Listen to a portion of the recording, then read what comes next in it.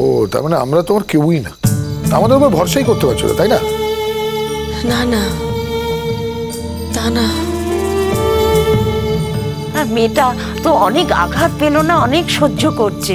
এখন মনে হয় মায়ের কাছে গিয়ে একটু চুপচাপ মায়ের কোলে শুয়ে থাকতে পারলে ভালো হয়, তাহলে মায়ের কাছে গেলে সব আঘাতও একটু কমে যায়। চোখের সামনে তো দেখলো না, স্বামী চলে গেল, মেয়ে চলে গেল, আর কত আঘাত সহ্য করবে মেয়েটা।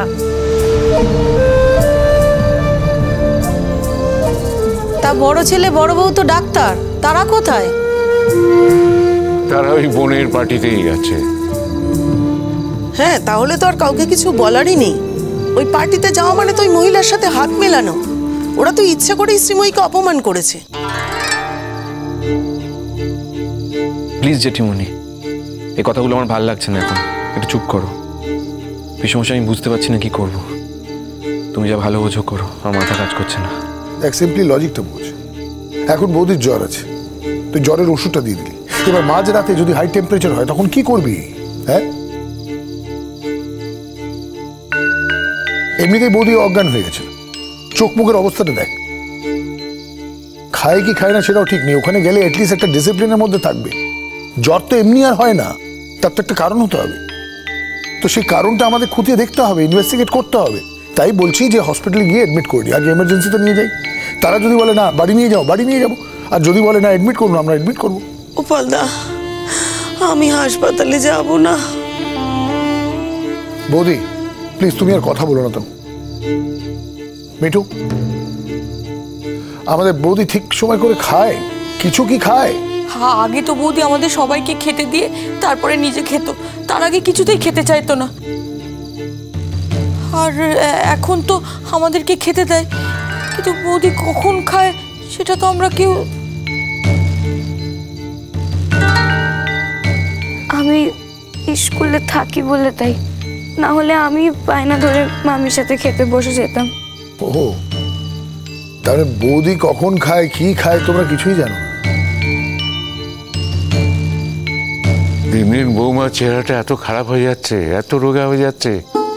আমার তো মনে হয় আজকাল ওর ঠিক মতো খাওয়া দাওয়াই করে না। ওরা তো বেঁচে থাকারই উপায় নেই, বেঁচে থাকতে চায় না। রাস্তাঘাটে দেখা হলে আমাদের দিকে তাকিয়ে হাসতো, কিন্তু এখন দেখা হলে হাসছে না কাঁদছে বুঝতেই পারি না। এমন কপাল মেয়েটার, এমন একটা ভালো মেয়ে, এমন একটা ভালো বউ, তার কিনা কপালে এমন শাস্তি। না না, আমি কিছুতেই বুঝতে পারছি না আপনারা এই কথাগুলো কেন বলছেন। বুঝতে পারছেন না যে বৌদি হয়তো কথা বলতে পারছে না, কিন্তু বৌদির তো জ্ঞান আছে, কথাগুলো শুনতে পাচ্ছে। এ তো মানুষকে আঘাত দেয়া, তাই না? না না, বৌদির কিসের আক্ষেপ আমি এটা বুঝতে পারছি না। আরে বৌদির ডিঙ্কার মতো ছেলে আছে যে নিজের মায়ের জন্যে নিজে মরে যেতে পারে। এসব কথা বলে কি লাভ পিসমশাই? আমি মরে গিয়ে কি মাকে সুস্থ করতে পারবো? সত্যি কথা বলবো, আমার শরীরের অবস্থা ভালো না, যে কোনো দিন কোনো বড় অঘটন ঘটে যেতে পারে।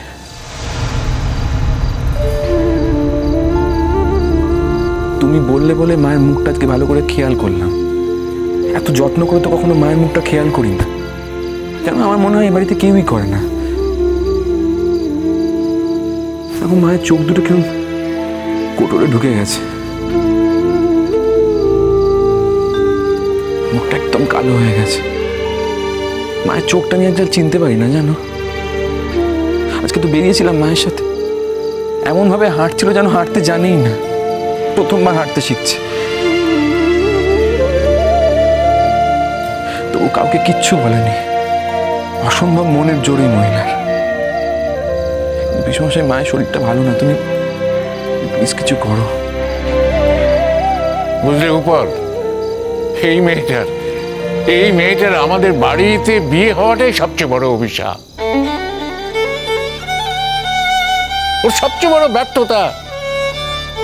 সারাটা জীবন শেষ হয়ে গেল। বড় লোক বাড়িতে, শিক্ষিত বাড়িতে শিক্ষিত ছেলেকে বিয়ে করার স্বাদ ওর ঘুচে গেছে। আমার কি মনে হয় জানো, সব বাবা মায়েরই ওকে দেখে শিক্ষা নেওয়া উচিত তাদের যেন এই স্বপ্ন ঘুচে যায়। তাতে যদি বৌমার একটা ওই ওর মতো সমান সমান একটা বিয়ে হতো, সেখানে বৌমার যা গুণ ছিল তো রাজরানী হয়ে থাকতে পারতো। দেখো কি দুর্ভাগ্য মেয়েটার, তা পারলো না। সে এখানে এসে পড়লো, দুঃখ দুর্দশা শেষ নেই। সারাটা জীবন আমাদের জন্য কি করে গেল, আমরা কিছু করতে পারলাম না, কিচ্ছু করতে পারলাম না। বাবা 25-25টা বছর, আজ এই কথা বলে কোনো লাভ আছে? এই কথা ভেবেও কোনো লাভ নেই। একটা কথা আপনি ভেবে দেখুন তো বাবা, এই সব কিছু সত্ত্বেও তো বৌদি এই বাড়িটাকে ভালোবেসেছে, আমাদের সকলকে ভালোবেসেছে, ভালোবেসে একটা সংসার গড়ে তুলেছিল। এখন আপনার ছেলের দুর্ভাগ্য আমি বলবো, আর তো কিছু বলতে পারি না, সে হিরেটাকেই চিনতে পারল না। হিরে ফেলে দিয়ে সে কাজ তুলল, কিন্তু আমার বৌদি সে তো হিরেই রয়ে গেল। মা, খুব কষ্ট হচ্ছে তাই না? না না, আমি ঠিক আছি। হ্যাঁ, তুমি তো সবসময় বলবে তুমি ঠিক আছো, কোনদিন কি বলবে তুমি খারাপ আছো? বলবে না। এই রিঙ্কা, তুই আবার কান্নাকাটি শুরু করলি কেন? এদিকে দাদু ভাই, এর মধ্যেও তোমার কাজকর্ম করা যায়, রান্না বান্না করা যায়। কতবার বলেছি শরীরটা ভালো নেই, একটু বিশ্রাম নাও, আমার কথা শোনেনি। তো মিঠুকে তো তুমি ভরসাই করো না। আমি তো দি, তুমি চুপ করো না। ওরা সবাই এসছে, ওদের একটু চা করে দাও। না না শ্রীময়ী, তোমাকে দেখতে এসে আমরা এখন চা খেতে পারি? তোমার এই অবস্থা, এর আগে তো অনেকবার এসেছি, তুমি চা খাইয়েছো, কত কি হাতে রান্না করে খাইয়েছো, হ্যাঁ সব তো, কিন্তু আমাদের তুমি কিচ্ছু করতে দাওনি। আমাদের বাড়িতে নিয়ে গেছি, দুদণ্ড বসোওনি, বলেছো শ্বশুরকে চা দিতে হবে, তারপরে শাশুড়ির পায়ে তেল মালিশ করতে হবে, এই বলে তুমি চলে এসছো। এই সংসারের জন্য তুমি কত কি করলে বলো তো, তার কি এই প্রতিদান পেলে তুমি? পিসমশাই, অনেকটা রাত হয়ে গেছে, আমার মনে হয় আর ওয়েট করা ঠিক হবে না। আমি তোমাদের কাছে হাত জোর করছি, আমাকে হাসপাতালে নিয়ে যেও না। তুমি যখন যেটা বলেছো বৌদি, আমি সবটা শুনেছি, আজ কিন্তু আর শুনবো না, শুধু বলবো। ভাই, আপনারা আমাদের একটু হেল্প করতে পারবেন? কি করতে হবে বলুন? কি উপর হাসপাতালে নিয়ে যাবে? আর তো কোনো উপায় নেই বাবা, নিয়ে যেতেই হবে। বৌদির চোখ মুখের অবস্থা দেখুন না। আর এমনি তো আমি তো বললাম ওখানে এমার্জেন্সিতে নিয়ে যাবো, ডাক্তাররা চেক আপ করবে, যদি বলে যে না সিম্পল জ্বর, তাহলে বাড়ি নিয়ে চলে আসবো, আর যদি বলে এডমিট করতে হবে, তখন তো এডমিট করতেই হবে বাবা। আমি হাসপাতালে যাব না গোপালদা। বৌদি, আমি তোমাকে বারবার বলছি তুমি চুপ করে থাকো। বৌদি, ও বৌদি, জামাইবাবু যা বলছে সে তো তোমার ভালোর জন্যই বলছে গো। তুমি কিচ্ছু চিন্তা করো না, তোমার সংসার যেমন আছে তেমনটিই থাকবে। এখনো তুমি সংসারের কথা কেন ভাবছো মা?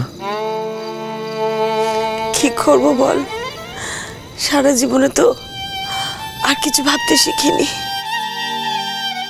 সেসব ঠিক আছে, কিন্তু সংসারের কথা ভাবতে গেলে তোমায় বেঁচে থাকতে হবে, আগে সুস্থ হয়ে উঠতে হবে। মা ওঠো।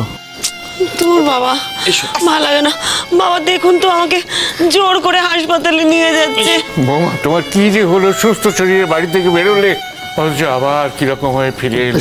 কদিন ধরেই শরীরটা খারাপ ছিল মেসোমশাই, কোনো কারোর কথা শোনে না, খাওয়া দাওয়া ঠিক মতো করেনি, তাই আরো বিগড়ে গেল শরীরটা।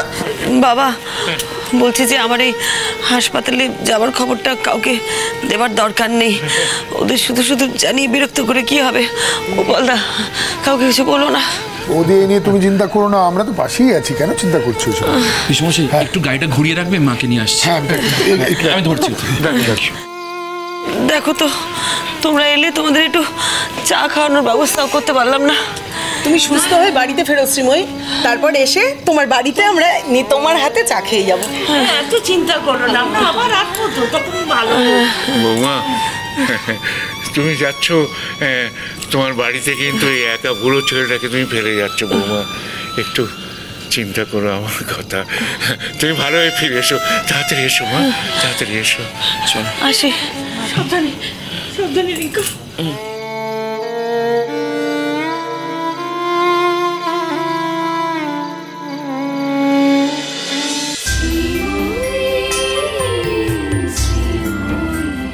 স্টার জলসার প্রিয় শো দেখার জন্য সাবস্ক্রাইব করুন আমাদের ইউটিউব চ্যানেলে এবং আপডেটেড থাকার জন্য প্রেস করুন বেল আইকন। চলো চলো চলো চলো পাল্টাই।